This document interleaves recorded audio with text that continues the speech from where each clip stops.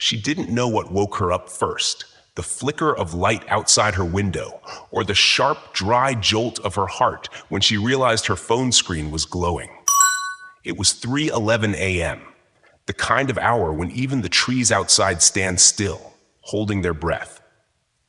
Avery blinked at the light, disoriented, her throat dry, skin cold despite the thick July air pressing against her Portland bedroom walls. For a moment, she thought it was lightning, but then she saw it again, bright, quick, and controlled. A flash, like the flash from a camera.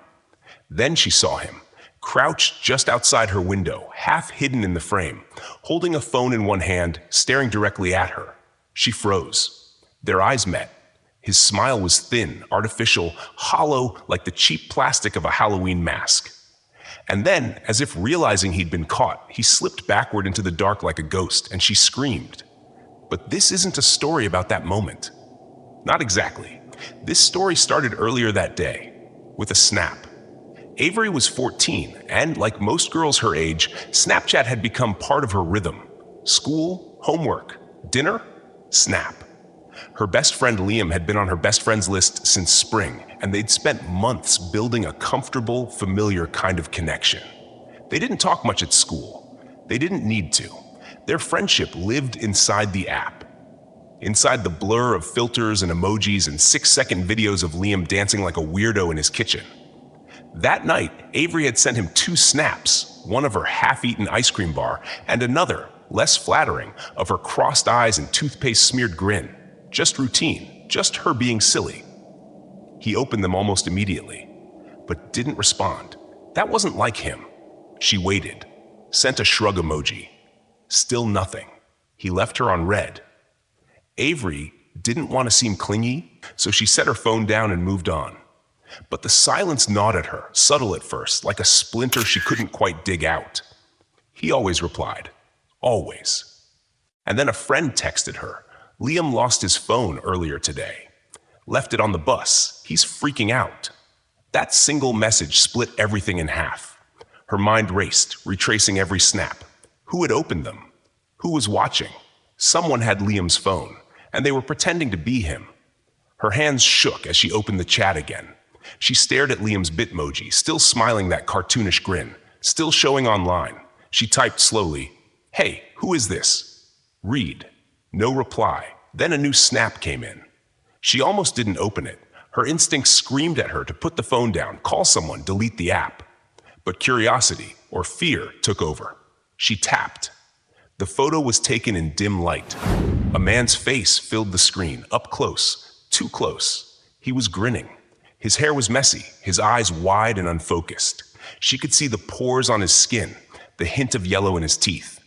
The caption beneath it was 2 words, "On my way." Her stomach dropped. And then she remembered. Liam had her address saved in his notes app. They had exchanged details for a school project. She never thought twice about it. But now someone had it. Someone who had her name, her number, her Snapchat, and now her fear. She told her parents. They didn't waste a second. They called Liam's family. They called the police. The dispatcher told them to keep doors locked, stay away from windows, and remain alert. But fear doesn't wait outside like a polite guest.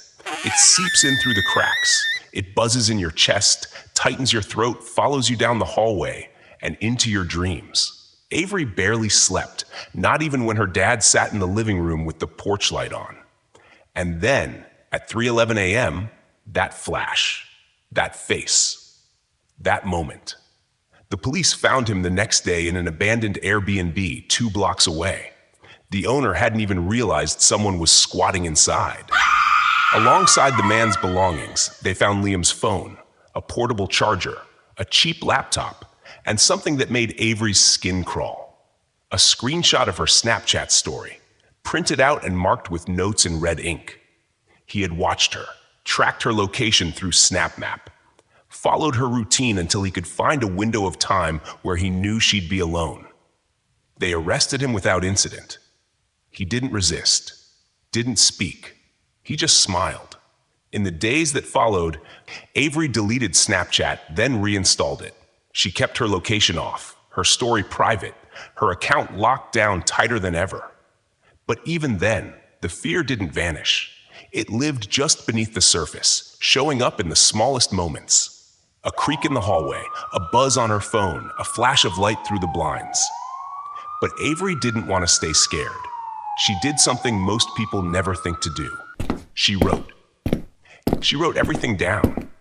Not just the fear, but the anger, the helplessness, the way it felt to be 14 and suddenly realize that your safety could be stolen by a stranger who knew how to smile for a camera.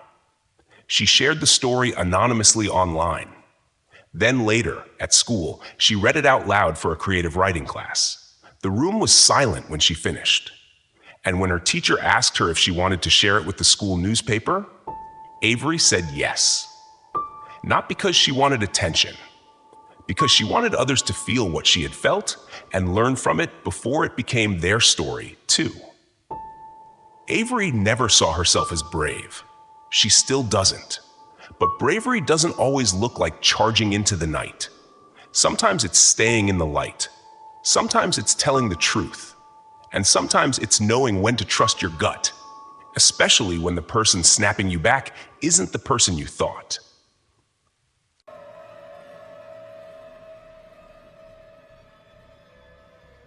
Noah never expected to be the reason someone was saved. He didn't think of himself as heroic. He was quiet, observant, a little awkward, the kind of kid who would rather draw comics than talk in class. He liked the way things moved on paper, the way he could control what happened next. Real life wasn't like that. Real life moved too fast. Real life could blindside you. It was deep into a Charleston summer, the kind where time bends and stretches, where the line between day and night fades into the hum of air conditioners and the buzz of cicadas. That's when he and Lila started talking. Not in person, not even through text, but through snaps. It started with her reacting to a drawing he posted on his story, a silly superhero dog in a cape. She'd laughed, sent a bitmoji with a crying, laughing face, and that was it. A door opened. They didn't talk at school, but suddenly they were snapping every night. Lila was smart and artsy and had a dry kind of humor that made Noah nervous in a good way. She sent him snaps of her sketches, late-night selfies with sleepy captions, occasional rants about homework or her little sister stealing her charger. They weren't romantic, not really. Just comfortable, natural. It felt like something unfolding quietly, the way early friendships often do. Then, one night, she sent a photo that made Noah stop cold. It was a normal snap. On the surface, Lila lying in bed, head tilted, face half covered by her hoodie. Her room was dim, lit by the soft glow of her lava lamp. There was a calm to it, an intimacy, but something in the background pulled at him. Something in the window behind her. He stared. It wasn't a trick of the light. There was a shape, a figure, faint, tall, too defined to be a shadow. His first thought was that it might be her dad, or maybe someone walking by outside. But the shape didn't look like someone walking. It looked like someone standing still, watching. He sent her a message. "Hey, is that someone behind you?" A minute passed, then 2.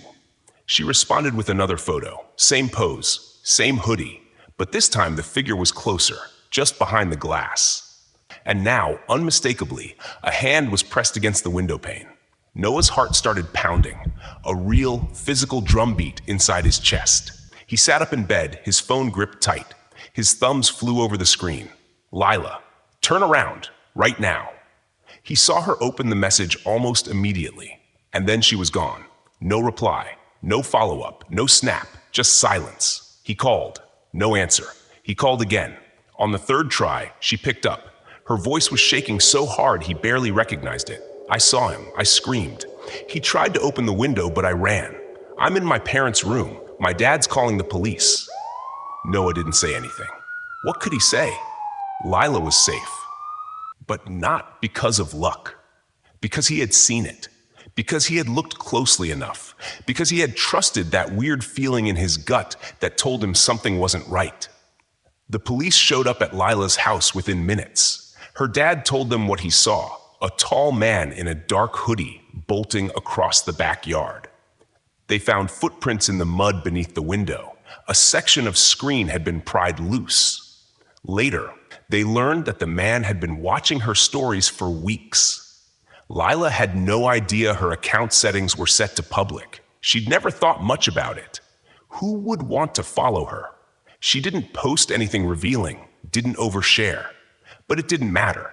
He had been watching, waiting, looking for patterns, and he almost got in. After the incident, Lila stopped using Snapchat for a while. So did Noah. The whole thing shook them, not just because of what happened, but how close it came to something far worse, and how invisible it all was until it wasn't. Lila dealt with it by drawing. She didn't draw the man. She said she didn't want to give him a face. Instead, she drew her window, again and again, from memory, from emotion, the curtains, the colors, the angle of the lava lamp glow, and eventually the outline of her dad's silhouette bursting through the door to save her. That's the version she kept. The version that reminded her she wasn't alone. Noah coped differently. He went back to his comics, but they weren't silly anymore. They had shadows in them now. Characters who noticed things others didn't. Sidekicks who saved the day not by fighting, but by seeing. He started sketching out a short story. He called it The Face in the Background.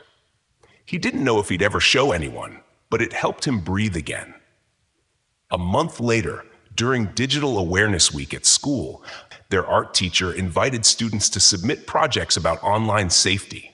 Noah submitted his comic. To his surprise, it was selected for the school newsletter. His classmates, many of whom barely knew he existed, came up to him in the hallway afterward. "Dude, that gave me chills.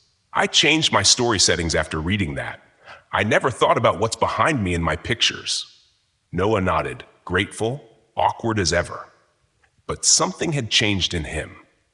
In Lila, too. They didn't talk every night anymore. But they talked more meaningfully when they did. One night, months after it all happened, Lila sent him a snap. Not of her face, but a sketch. 2 figures, one in bed, one outside the window, and between them, a speech bubble that said, "Thank you for seeing me." He didn't screenshot it, didn't save it, but he remembered. Because sometimes the person who notices the smallest thing is the one who makes the biggest difference. And sometimes being quiet doesn't mean you're not brave. It just means you know when to look closer. Tyler had always liked quiet. Not the kind of silence that comes with loneliness, but the calm that happens when everything's in its place. Homework done, phone charged, no drama in the group chat, and the same 3 friends snapping their late-night faces half asleep in bed. He liked knowing what to expect. That was probably why what happened shook him so deeply. Because this wasn't just unexpected. It was calculated, personal. And it all started with a stranger. He first noticed the name Oliver on a Friday night. It popped up on his screen between a text from his friend Jordan and a notification from DoorDash. No Bitmoji, no context, just a random user. At first, he thought it was a glitch. Maybe someone from school with a new account, or maybe a wrong send. He opened it. The snap was dark. No caption, just the faint blur of streetlights and pavement. Nothing to see, nothing obvious. But 20 minutes later, another snap came through. This one was clearer. A photo taken from the end of a street, a familiar curve, a row of mailboxes. The kind of thing that might go unnoticed, except it looked exactly like the entrance to his neighborhood. He stared at the image. Something in his gut shifted.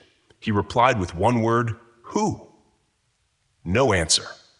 10 minutes later, the next snap arrived. It was a photo of his house, taken from the sidewalk. Tyler sat perfectly still. His phone felt too warm in his hands. He could see the angle of the photo. It had been taken standing just outside his front gate, right in front of the rose bushes his mom trimmed every Saturday. His car was in the driveway, parked slightly crooked like always. No message, no response. He called Jordan. His best friend didn't need much convincing. "I'm on my way," he said, grabbing a flashlight and heading over without hesitation. They checked the house together. All doors were locked, curtains drawn. But just as they settled in Tyler's room, another snap came in. This time it was taken from the side yard, and then another from the backyard. The camera was close enough to catch the reflection of the porch light in the glass door. Jordan stood up. "We're going outside." They grabbed their flashlights and went into the yard. Cold air and adrenaline blurred the edges of their vision.